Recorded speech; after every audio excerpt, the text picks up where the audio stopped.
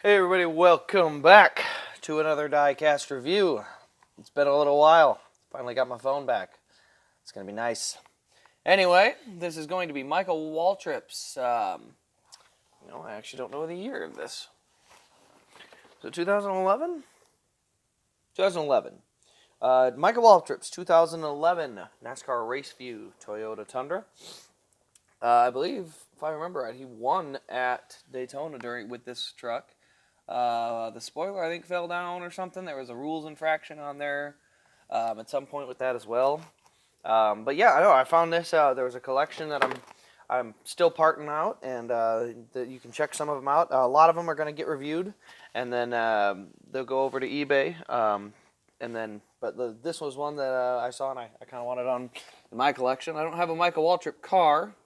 And I'm always a fan of the truck series, so I decided to pick myself up a truck. So it's a contender series, so it's got this for a box. Slide the truck over.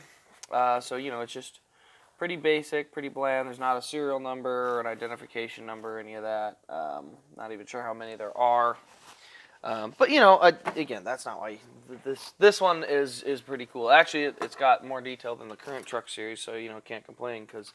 You got a hood open. So, on to the diecast. There we go. Oh, it's good to have the good phone back. I tried doing some videos with the other phone, and I thought they just weren't good enough. They didn't quite do anything justice, so get some active track going. But down on the left side here, we've got Goodyear. We got Camping World. We got that number 15, iconic for Micheal Waltrip. NASCAR Race View and the Wounded Warrior Project. And we got that again on the back here. So we've got the Wounded Warrior Project. We get even further on the back. We've got it on the deck lid there. Gonna add an extra little bit of height here. Get it a little taller. Make it a little easier to see. There we go. So now I can see it a little better. So on the back, Wounded Warrior Project, number 15 Toyota. Over this side, Wounded Warrior Project, NASCAR Race View, Goodyear Wrangler tires. They're not painted or anything. No, I think. Yeah, no suspension in there. It's a plastic chassis, though, so it has a little bend to it when you push on it.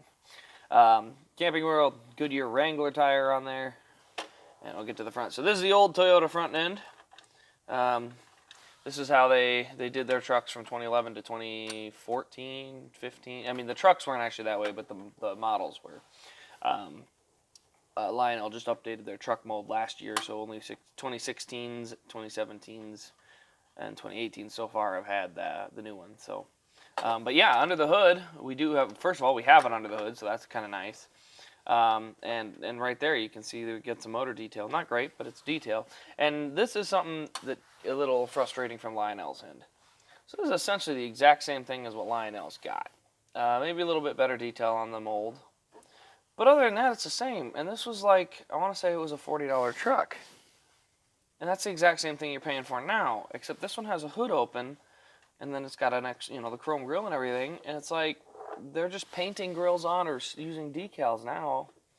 So, I kind of wonder what's the deal with that, You got solid plastic window net, just like the other ones, and there's our cab detail. Now, the cab detail, I think, is a little bit worse on these than it is on the $40 Lionel ones. But, it's still one of those things, like, the quality keeps dropping, but they keep raising the price. And I know why. The labor dispute in China is a big reason. But that's not our job. Our job as consumers is to, we want to buy what we want. And if you're not going to provide that, or you've provided it in the past, you got to find a way to get around it. You got to find a way to do it. Don't just, don't just say we have to jack up the price and lose the quality, and because then people will just turn around and say no more. So they'll get it.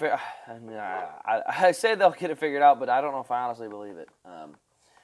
Yeah, we'll see. I mean, after seeing what they did to this year's ARC and what they've got coming down the pike as far as what kind of things they push with all the autographed cars and everything, it's like, I don't know if they're even going to try and pump the quality out anymore. But yeah, so that's Micheal Waltrip's 2011 Race View Tundra.